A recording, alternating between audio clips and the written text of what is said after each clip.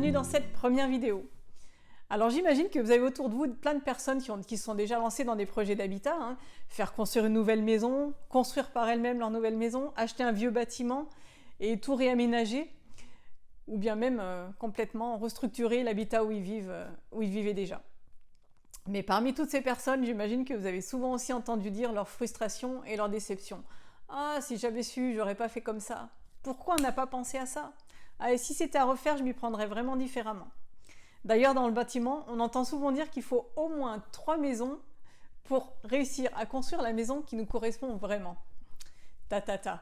Moi, j'y crois pas et justement, c'est pour ça que je suis là, pour vous partager ma vision, parce que je sais qu'il y a un moyen d'éviter justement toutes ces frustrations et ces déceptions.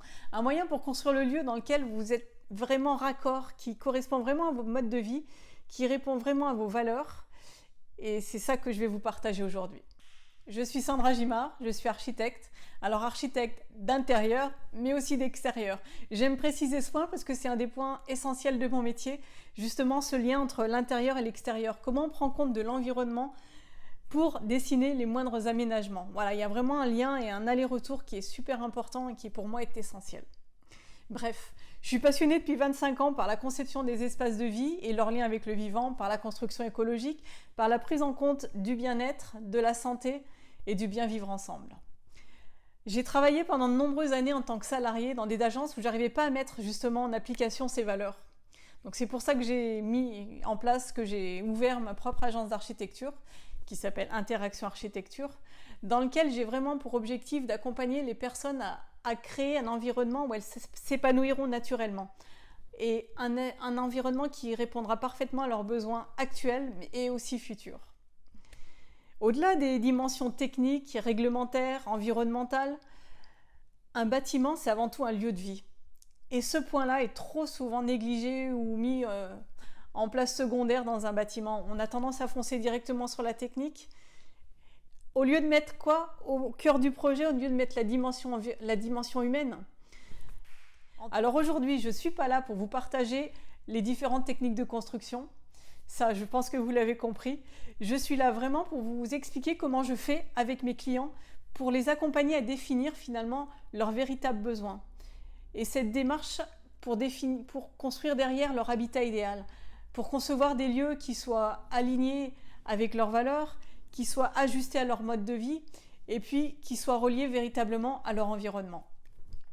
Contrairement à ce qu'on pense souvent, il ne suffit pas d'aller voir un architecte ou un constructeur pour réellement construire la maison qui vous correspond. Alors ça vous fait peut-être bizarre, moi, en tant qu'architecte qui vous dit ça, mais je le pense vraiment. D'ailleurs, pourquoi est-ce qu'on entend autant de personnes râler après leur architecte? Parce qu'ils sont, ou le constructeur, la personne qui a dessiné leur plan, parce qu'ils sont insatisfaits de leur aménagement. Souvent, on entend dire « Oh, l'entrée est trop petite, c'est toujours en bazar. Quand je bricole dans l'atelier, je n'ai pas suffisamment de lumière. » Ou « Je me sens vraiment trop enfermée dans cette maison, ça ne me convient pas. » J'ai que le séjour pour faire sécher le linge. Ça m'agace de ne pas avoir une pièce où l'hiver pour faire sécher mon linge sans que ce soit tout le temps dans la pièce de vie où on est au quotidien. Voilà, je dois télétravailler, il me manque un espace où je sois au calme, véritablement. La cuisine, c'est toujours le bazar, il me faudrait une arrière-cuisine.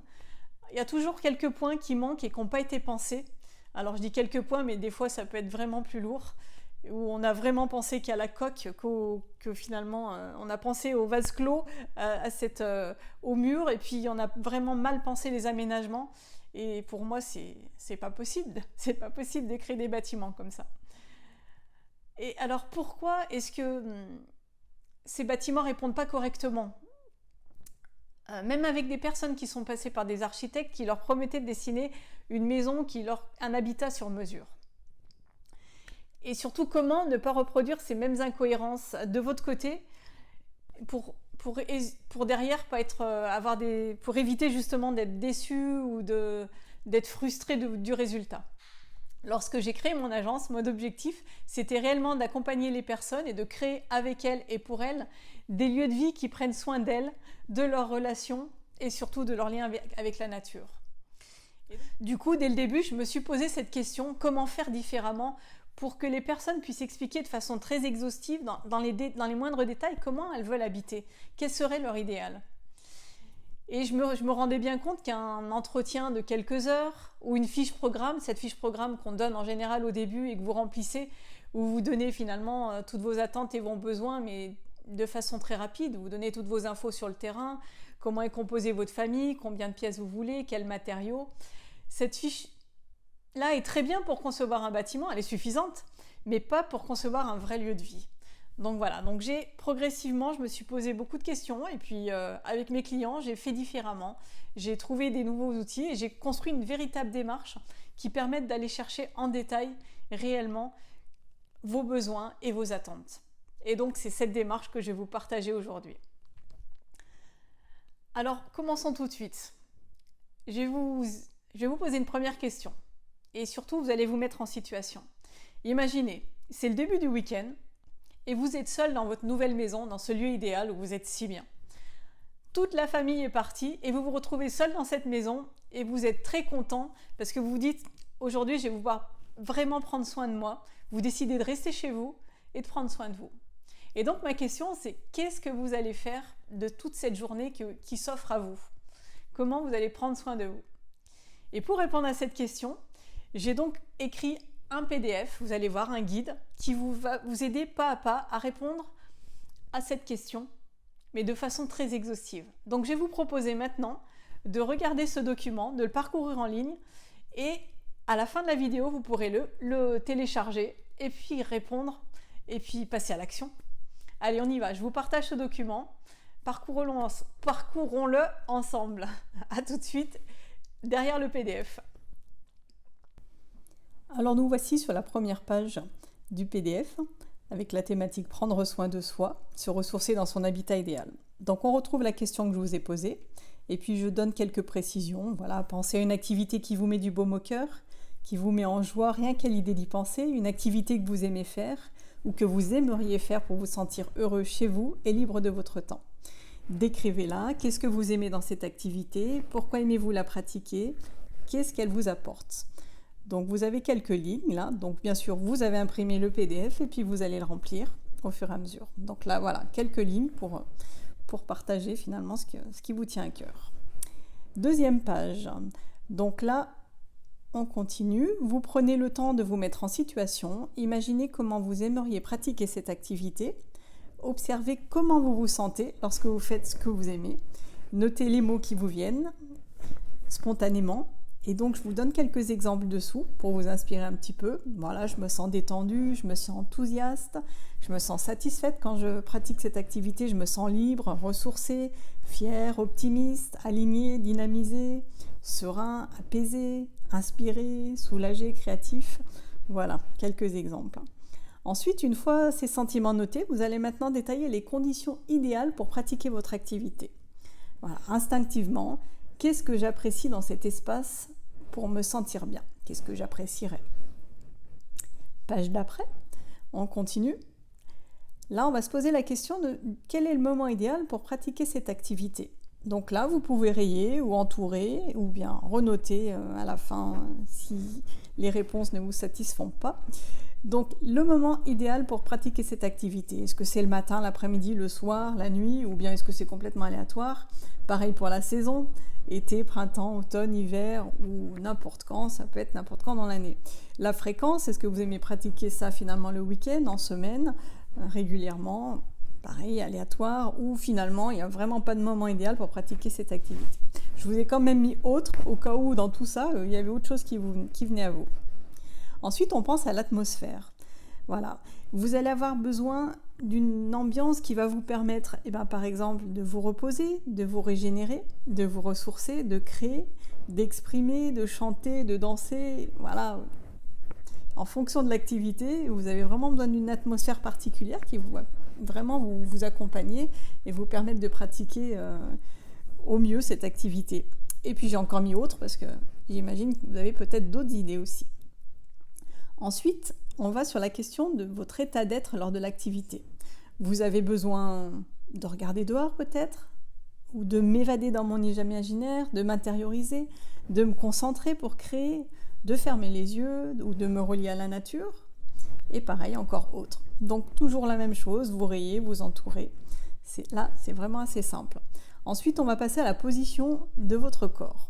Est-ce que dans l'activité que vous pratiquez, vous êtes assise sur une chaise, assise au sol, debout, allongé ou autre? On passe ensuite à l'acoustique. Est-ce que vous avez besoin d'une excellente acoustique? Par exemple, quand on fait de la musique, on a besoin de quelque chose de très particulier comme ambiance et comme acoustique. Est-ce que vous avez vraiment juste besoin de silence, mais pas spécialement une acoustique au top? Est-ce que vous avez besoin d'être tranquille, mais entendre ce qui se passe à côté, ça ne vous dérange pas? Ou bien aucune importance? Voilà pour la 3e page. Maintenant, on passe à la 4e page. Si j'y arrive, voilà. Alors, la position dans la pièce.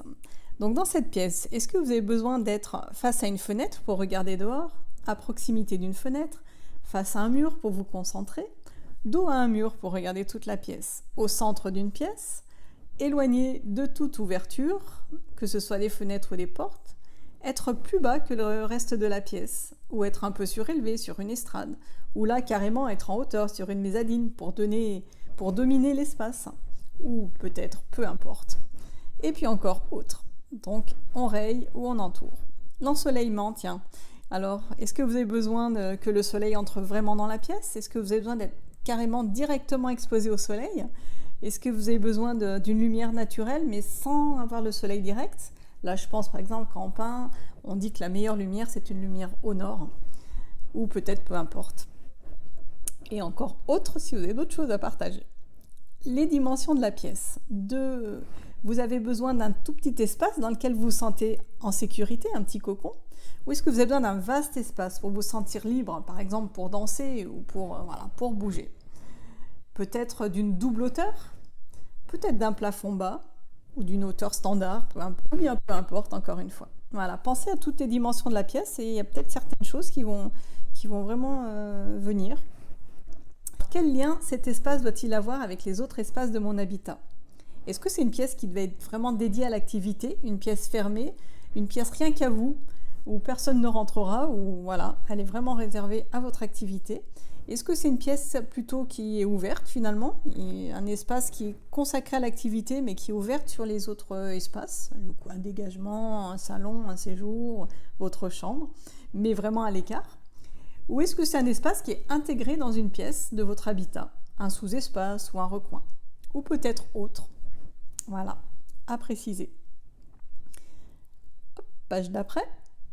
Alors, là, on va se poser la question. Une fois que vous aurez terminé votre activité, est-ce que vous allez vouloir tout pouvoir ranger pour laisser l'espace libre, par exemple pour un autre usage?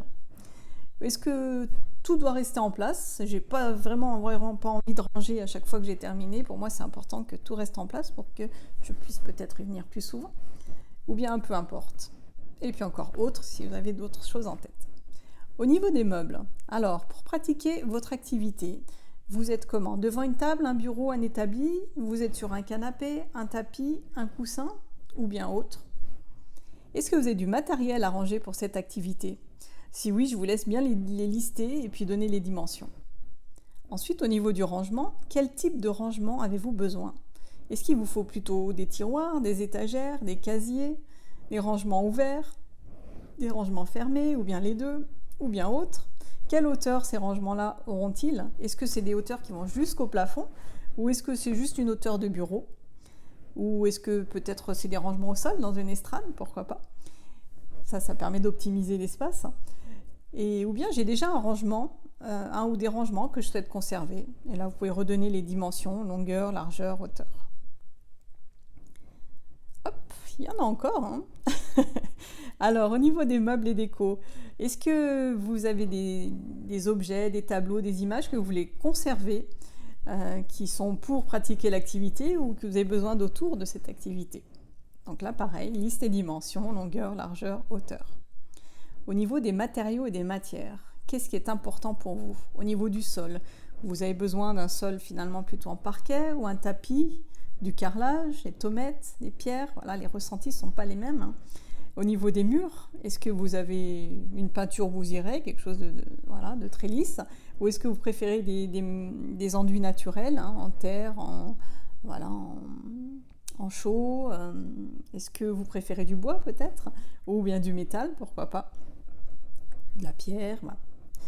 Au plafond, est-ce qu'il y a quelque chose de particulier au plafond que vous aimeriez? Est-ce que vous avez d'autres envies? Et puis ensuite, quelles couleurs vous semblent les plus appropriées? Voilà. Peut-être que vous n'aurez pas d'idée, peut-être qu'il y en aura, mais voilà, on pose la question en tout cas. Ensuite, au niveau des équipements, est-ce que vous avez besoin d'un point d'eau? Un évier, un bac à laver, un lavabo, une douche, une baignoire, en fonction de ce que vous allez faire. Au niveau de l'équipement électrique, quel type d'éclairage? Direct, indirect, un plafonnier, un éclairage mural, une lampe de bureau ou autre? Et puis quel équipement électrique avez-vous besoin? Quel type de prise? Ensuite, on passe à la température. Quelle température, quel besoin vous allez avoir de chauffer l'espace? Est-ce qu'il faudra qu'il chauffe très rapidement? Donc, quand c'est un petit espace, ça se chauffe très vite, vu que je le chaufferai que quand j'y vais. Ou est-ce que vous avez besoin de fraîcheur finalement? Pas besoin de chauffer, j'ai besoin de fraîcheur parce que je vais beaucoup bouger, je vais transpirer. Ou finalement, ce sera comme le reste de l'habitat, je ne vois pas ce qu'il pourrait y avoir de particulier. Ou bien, j'aurais vraiment besoin que ce soit un espace bien ventilé. Ou bien, ce sera peut-être la même température qu'à l'extérieur, ou bien autre. Pareil, on raye ou on entoure. Et quel type de chauffage? Est-ce que vous avez un besoin particulier? Est-ce que vous êtes au sol? Vous aimeriez vraiment avoir un sol chaud? Pourquoi pas un chauffage au sol? Au plafond, ça en général c'est plus rare. Un poêle à bois, une cheminée ou autre. Voilà. À quoi pensez-vous au niveau du chauffage si vous pensez quelque chose? Et puis ensuite, voilà, là on arrive à la fin du questionnaire. Donc, est-ce que vous avez d'autres idées, d'autres attentes, d'autres besoins que vous n'avez pas encore exprimés? Et là, pour le coup, vous pouvez tout noter là, à cet endroit-là. Donc, on a pu voir bien en détail les conditions idéales qui vous permettraient de réaliser cette activité qui vous fait rêver. Alors, on est allé très loin. Vous avez vu que voilà, c'est autre chose que de parler de mètres carrés, de surface. Voilà, vous avez plein de choses à dire et c'est important de les poser. Mettez ce qui vous passe par la tête. Il y a peut-être certaines questions qui ne vous parleront pas du tout et c'est ok, laissez-les de côté.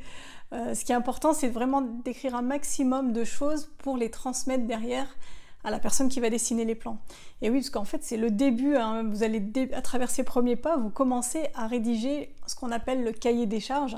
Donc finalement, vos attentes, ces attentes que vous allez transmettre au concepteur pour qu'il dessine vraiment des plans qui soient adaptés sur mesure. Alors c'est non seulement pour le concepteur, mais c'est également pour vous. Une fois qu'il va vous apporter ces solutions, voilà, ces plans, vous allez tout de suite pouvoir voir si ce qu'il vous a proposé là colle vraiment à ce que en détail à tout ce que vous avez pensé. Parce que le fait de ne pas le penser avant, le jour où si vous n'avez pas pris le temps justement de définir toutes ces attentes, tous ces besoins, le jour où vous allez avoir les plans, voilà, c'est ok, il y a une cuisine, il y a une salle à manger, il y a 3 chambres, ça a l'air de bien aller, mais vous n'allez pas aller aussi loin dans la lecture du plan que vous pourriez, puisque vous avez toutes ces données-là à l'intérieur de vous, mais il faut juste les questionner, les faire émerger. Alors, vous allez peut-être me dire, oui non mais ta situation là, c'est vraiment une situation improbable.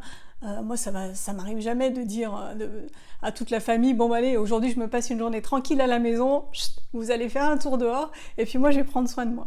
Alors j'entends, c'est un peu bousculant de penser différemment, d'essayer d'imaginer quelque chose, une situation différente, mais ça vaut vraiment le coup. Vraiment, je vous invite à le faire. Alors vous avez certainement entendu dire que pour prendre soin des autres, pour prendre soin de sa famille, de son entourage, de ses amis, il faut d'abord s'assurer d'avoir pris soin de soi. J'aime bien cet exemple d'Isabelle Fioza qui explique justement les consignes de sécurité qu'on nous donne dans l'avion. Alors Isabelle Fioza, je ne sais pas si vous connaissez, elle est psychothérapeute et puis elle accompagne les familles à la parentalité positive. Et donc dans cet exemple, elle cite bien, elle dit une des premières consignes qu'on nous donne par rapport au masque à oxygène, c'est avant de vouloir le mettre sur votre enfant, pensez à mettre le vôtre. Si vous ne mettez pas le vôtre, vous ne pourrez pas vous occuper de votre enfant. Et c'est pas, pour moi, là, dans la conception d'un habitat, c'est la même chose. Il faut d'abord penser à notre idéal, ce qu'on aimerait vraiment pour soi, pour ensuite pouvoir s'ouvrir à qu'est-ce que ça va être de bien vivre ensemble. En général, dans la vraie vie, on ne prend jamais le temps de faire ce genre de choses, on est pris dans un quotidien, dans des habitudes, et se poser cette question, hop, bah, c'est tout de suite prendre du recul en fait sur sa vie quotidienne. Et puis qui sait, peut-être qu'un jour, vous vous rendrez compte que vous avez vraiment besoin de cette journée, de ce temps pour vous à la maison. Et puis vous allez peut-être me dire, oui, non mais c'est bien beau de rêver, hein, mais si on n'a pas les moyens derrière, ça sert à quoi? Ah oui, ça sert à quoi de rêver d'une activité qu'on ne pourra jamais réaliser parce qu'on n'en a pas les moyens derrière? Alors, si vraiment vous pensez à ça, moi je vais vous répondre une chose. À quoi sert le rêve? Eh bien, le rêve, en fait, il va vous permettre de faire émerger toute la raison d'être de votre projet. Pourquoi? Qu'est-ce qui vous anime vraiment à construire? Et le fait d'avoir fait ça, après, vous aurez votre liste. Alors certes, vous ne pourrez peut-être pas tout faire, et c'est bien comme ça qu'on fonctionne souvent dans un projet d'architecture, c'est-à-dire on l'emmène très loin justement dans la définition pour ensuite faire l'entonnoir et puis commencer à prioriser, parce qu'avec toutes ces données que vous allez écrire, vous allez progressivement pouvoir prioriser ce qui est important pour vous dans ce projet. Et par exemple, ça va être super utile quand vous aurez des choix à faire lors de la conception, les choix des aménagements, mais les choix techniques aussi.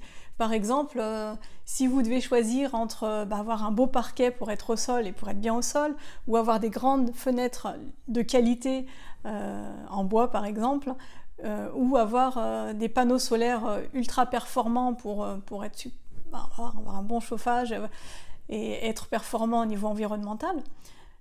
Voilà, il y a des moments où il faut faire des concessions, et quand vous allez vous retrouver face à ce moment-là, devoir faire vos choix, vous connaîtrez vos priorités, vous serez allé voir les raisons et vous aurez vraiment les critères pour choisir.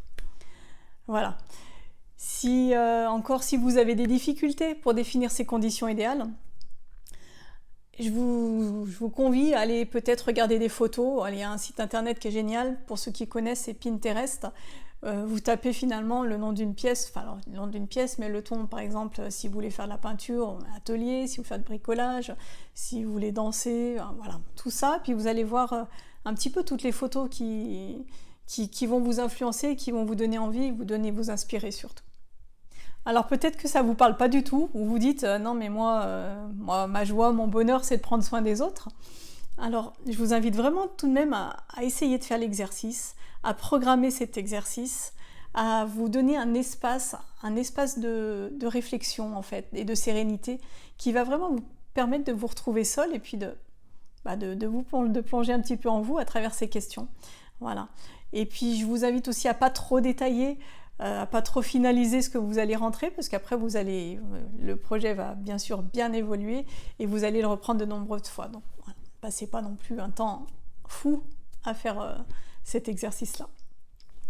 Donc voilà, on arrive à la fin de cette première vidéo où j'ai pu vous partager avec plaisir ce guide pour vous faire émerger vos véritables besoins dans votre future maison.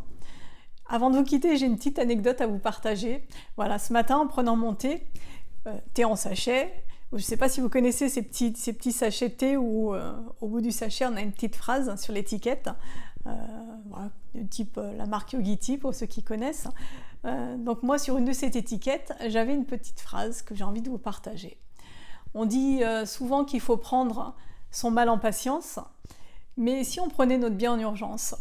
Voilà, donc petite phrase qui, je ne sais pas, peut-être que ce sera le truc pour que vous passiez à l'action. Et si vraiment vous voulez passer à l'action, téléchargez tout de suite le guide. Alors je ne sais pas où il se situe, si c'est en bas, à droite, à gauche, en fonction de si vous êtes sur un écran d'ordi ou sur le téléphone. Mais donc vous allez le trouver, ce bouton. Donc vous rentrez votre nom, votre prénom, votre meilleure adresse email. Et puis en même temps, vous allez pouvoir télécharger le guide et d'office, vous serez inscrit automatiquement pour recevoir la deuxième vidéo. Alors, deuxième vidéo dans laquelle, j'en ai parlé tout à l'heure, on va parler de bien vivre ensemble. Quel serait l'espace idéal, les conditions idéales aussi pour que ça se passe bien entre nous, dans la famille, dans la vie de couple. Tout un programme. Donc, quoi d'autre? N'hésitez pas à laisser un commentaire, que ce soit, peut-être que vous avez eu des blocages par rapport à cet exercice. Comment vous avez trouvé finalement cette proposition? Est-ce que ça vous parle? Est-ce que ça vous donne envie de le faire? Si vous l'avez déjà fait, partagez un petit peu. Finalement, c'est quoi que votre rêve quand vous êtes chez vous et que vous pouvez prendre soin de vous? Qu'est-ce que vous feriez? Voilà, là-dessus, quoi d'autre? Je vous souhaite une merveilleuse journée. Et puis, une merveilleuse journée à rêver de tout ça. Et puis, je vous dis à bientôt. Ciao.